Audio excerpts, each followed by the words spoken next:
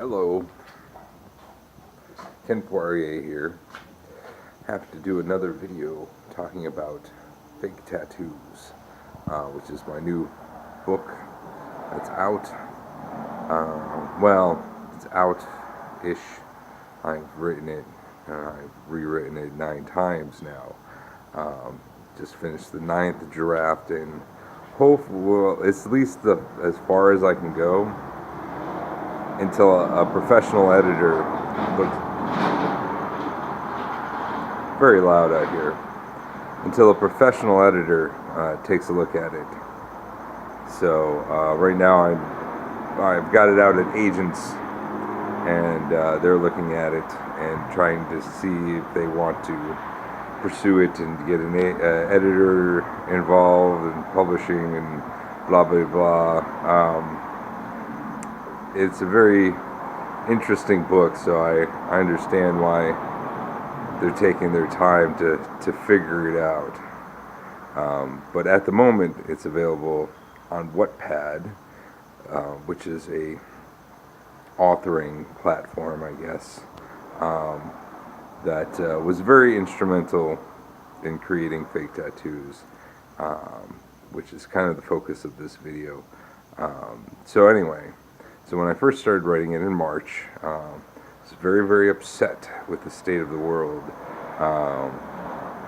And so I started to write this book about my feelings about what was going on in the world. Also, I was very annoyed with some writer's block I was having on some other projects that I was working on, and so I decided to try and write a piece of literature that was cliche. That was actually part of my goal, was to create this cliche thing that writing in the style of all these very popular authors, but that I, as a reader, don't particularly enjoy. And not that it's a terrible writing style. It's a perfectly fine writing style. It's very popular, but it is not my favorite. And so a bit of the joke in the book is about this author who's writing a book about writing a book, and which is, I don't know, that's like 2 or 3 levels of cliche inception there. And anyway, so and he's writing it in the style that he hates, which is first person narrative, and it's kind of this whole joke about how much he hates writing this book, and how it's not the book that he wants to write, but he has to, because it's the book that the public wants, and he needs money, and so the only way to get money is to write this book that everybody is going to like, even though it's a big cliche. And so, surprise, surprise, we have a narrator now who's unreliable and hypocritical and all of those fun things that an untrustworthy narrator has. So that's the first level of this book that I was writing, and but again, it's also a narrative on the current state of our society in which we live, and it's kind of a condemnation of our society and the way that we choose to run it. That is challenging the ideas of our society and the reasons why we have a society, and looking at that issue was the original idea for the book. So it wasn't a comedy. I wanted it to be tongue-in-cheek funny, but not like hee-haw slapstick funny. Although, you know, all good works are in little small doses of everything. And so when I first was writing it on Wattpad, which I was using mainly because my computer was broken, and so I needed a way to write without necessarily having everything in a Word document that may or may not have been destroyed, because I had a hard drive that was failing, which was the problem with my computer. So I needed it to be on the internet, backed up to the internet, and that I could know it was safe. And also, my life wasn't in a particularly great situation at the time, and I wasn't necessarily sure that I would have been around to hit the send button, so that it could wind up in somebody else's hands besides myself. So Wattpad was really helpful in that, and even some people were able to read it, and they weren't really particularly great at giving me feedback other than telling me that I needed to edit it more, which of course you always could use more editing. That's a given. So when I first started writing Fake Tattoos, I didn't know exactly what it was about, other than, like I said, this writer condemning the state of our society. So I had on Wattpad, I had to put a genre. It forced me to pick a genre, and so I was like, I don't know, mystery / thriller, because it was a mystery because I didn't know what it was about, right? And so then I had to write my next chapter. The first one was all, which is the first chapter I wrote was chapter 2 in the book, and I thought it was going to be chapter 1 of my story, but it was actually chapter 2. And then what I thought was going to be chapter 2, which is the next thing I wrote after I picked this genre of mystery thriller, that became chapter, I think, 13. At the time it was called the House on the Hill was the original name of the chapter, but it's now called The Psychology and Properties of Ghosts. And it's about, basically this old house that I used to live in. I was like, he goes to his old childhood house, and there's a secret panel, which there was in my old house. There's a secret panel, and in the secret panel there's a lunchbox, and in the lunchbox is a thing, but I had no idea what was in the lunchbox, right? Because it's mystery, what's in the lunchbox, And that was originally my chapter 2. And then my computer was broken, so I didn't write for a while, and I was working and trying to save up money. But I was intent on doing this sort of paranormal ghost story thing, and I'd be at the club and I'd just start free writing. I'd be like partying and dancing and to music, and then I'd start, I'd have an idea, a thought, I'd see something and be like, oh yes, I gotta put that in the book. And so I started free writing all this stuff, which is all the Club Darkness things that are in the book, and Necromantic Playground.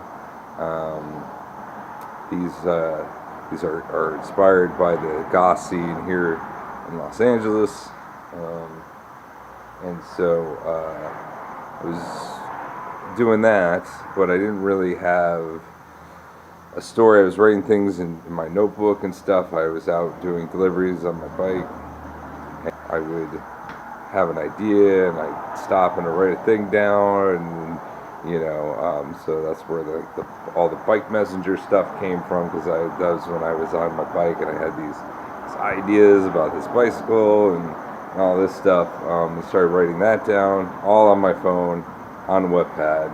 But like I said, it wasn't.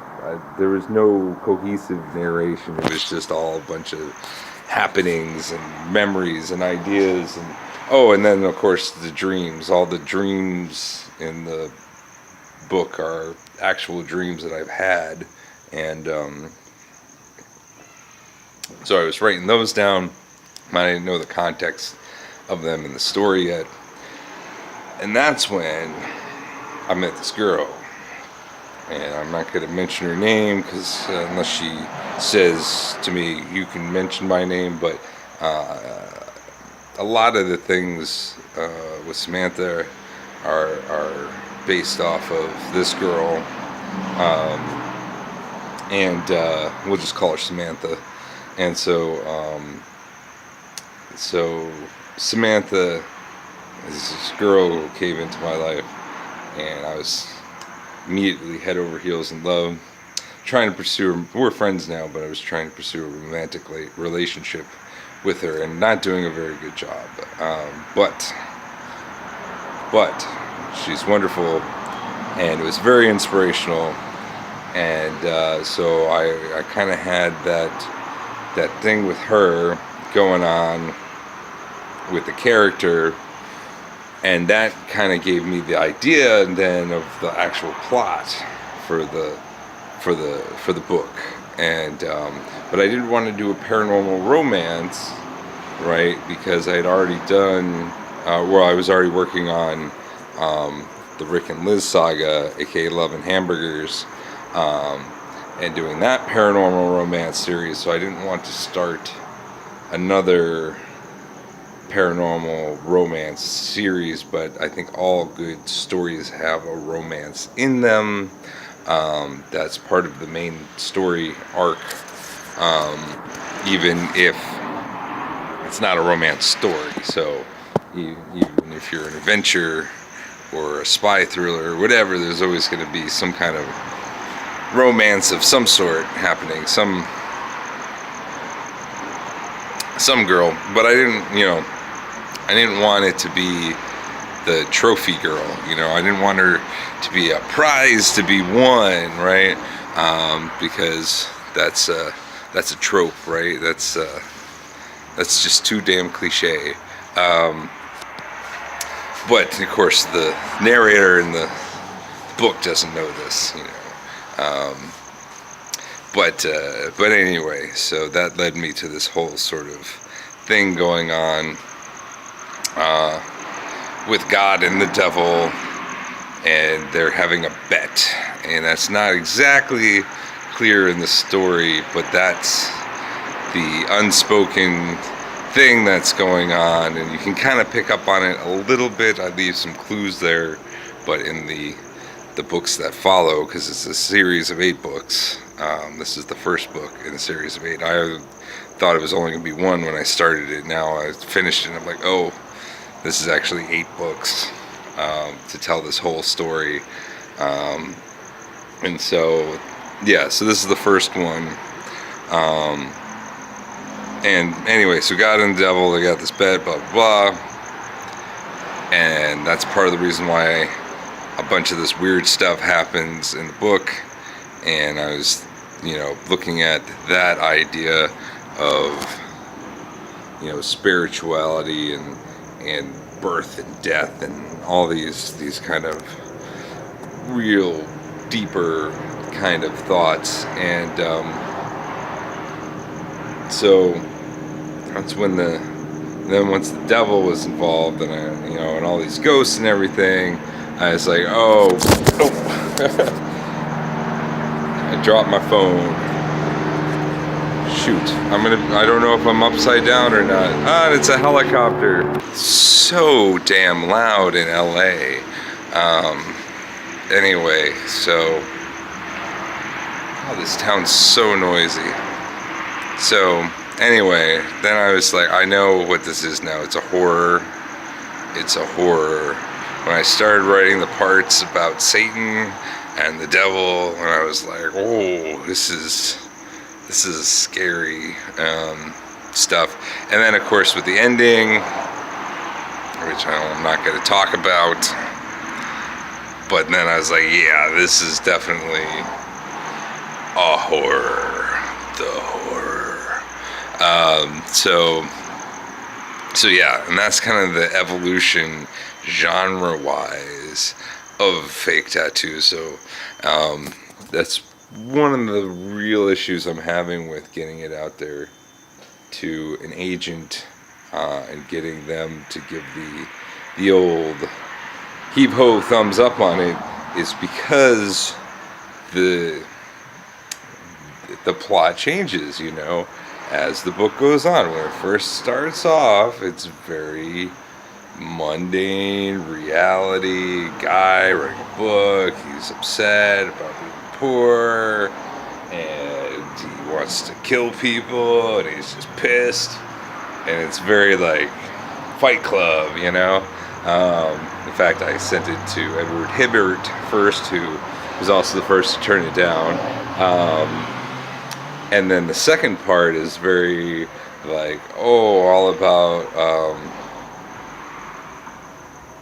well, towards the end of the first part, he's all about the girl, but then she's like, no, I'm not going to be with you because I'm Satan's girl, you know, whatever.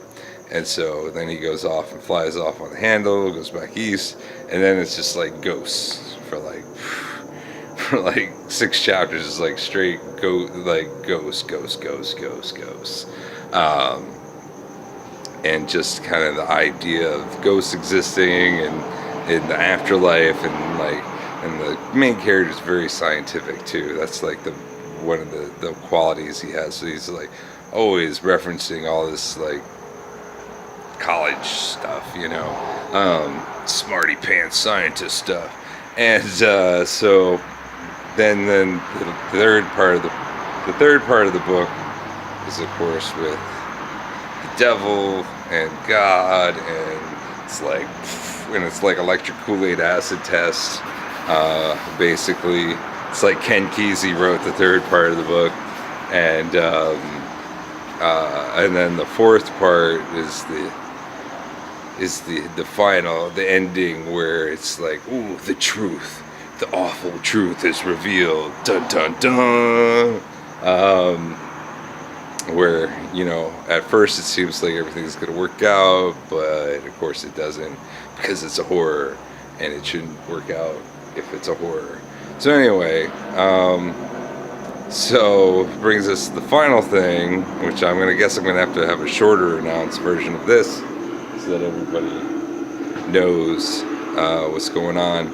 But basically, the whole reason why I'm making this video and talking about all this crap is because, like I said, I'm shopping out to agents right now, and as much as I loved using Wattpad to create this story and tell this story,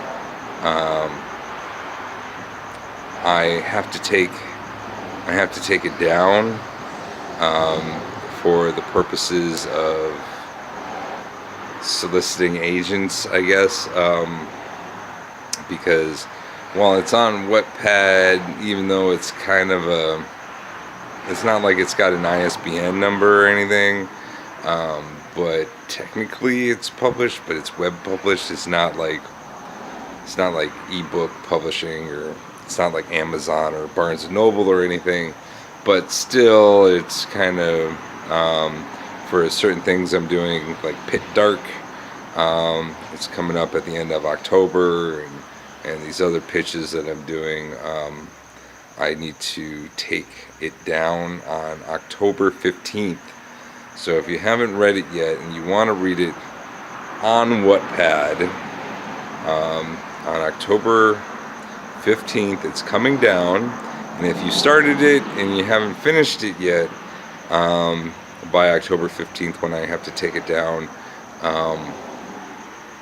then send me an email or message me either through Wattpad or Goodreads or Facebook, or email me. Go to my website, kenpoirier.com, and send me an email. Ken at kenpoirier.com. There you go. There's my email. Send me an email. I'll make sure you get a copy to read. Man, traffic.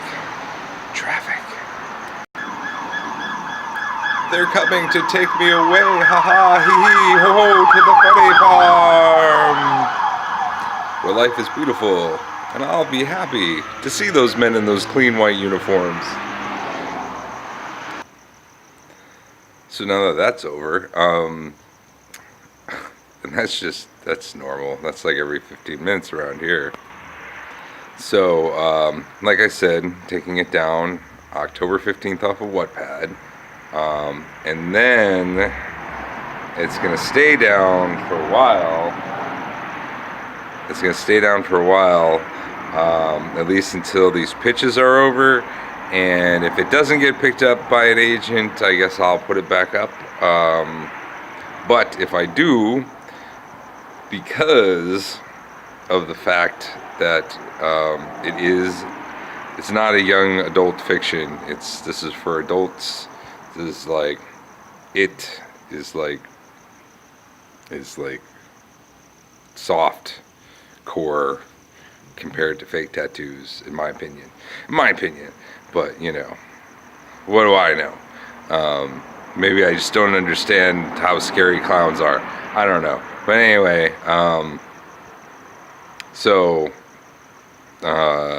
yeah. So it's got to come down. If it does come back up, because of the way Wattpad works and the mature rating, because I have a mature rating on it right now, to make sure kids don't read it. And there's a lot of kids on Wattpad. It's a very kid platform, and I don't mean like children. I mean like, 12 to 28. I know, that's a kid now. I'm so old. But anyway, people who can't chew their steak, as Mr. Twain used to say. So I got to take parts out to put it back up, so that it's not rated mature anymore. And although I'll keep those parts in the actual final novel, it'll just have to be abridged for Wattpad, and we'll say there was a cool scene here, but I had to take it out so that I could get this up on the ratings board. So yes, that's what's going to happen with Wattpad. And if no agent picks it up, then I guess I'll have to self-publish it, because I don't know, I'm not going to just not publish it. It's too damn good. I'm sorry. I don't mean to toot my own horn or nothing, but I wrote it originally as a ha-ha funny joke on mainstream literature, but in the end I accidentally wrote something that was pretty damn good. Yeah, it's gonna get published one way or the other. Hopefully an agent is smart enough to understand what it is that they're looking at and pick it up and sell it for me, because I hate selling my books. As you can see, I was supposed to do a 5-minute promo, and we're now on the 24th minute of this video. I should not be selling my book. I should be writing the books. Although I have gotten pretty good at editing the books, someone else should also be editing the book. Because I'm the writer, I'm not the editor, I'm not the agent, I'm not the publisher, I'm not the salesperson. It's not. I can do interviews, I can, tell people about the book, but it's a great book. You should read it. If you don't, you're dumb. That's my sales pitch. It's what I got. You'll be dumber for not reading this book. You'll be more dumb? Dumber? More dumb? I don't know. More dumb. In the town of Mordom, where people don't read books that are good. Yeah, you should definitely read Fake Tattoos. That's the key here.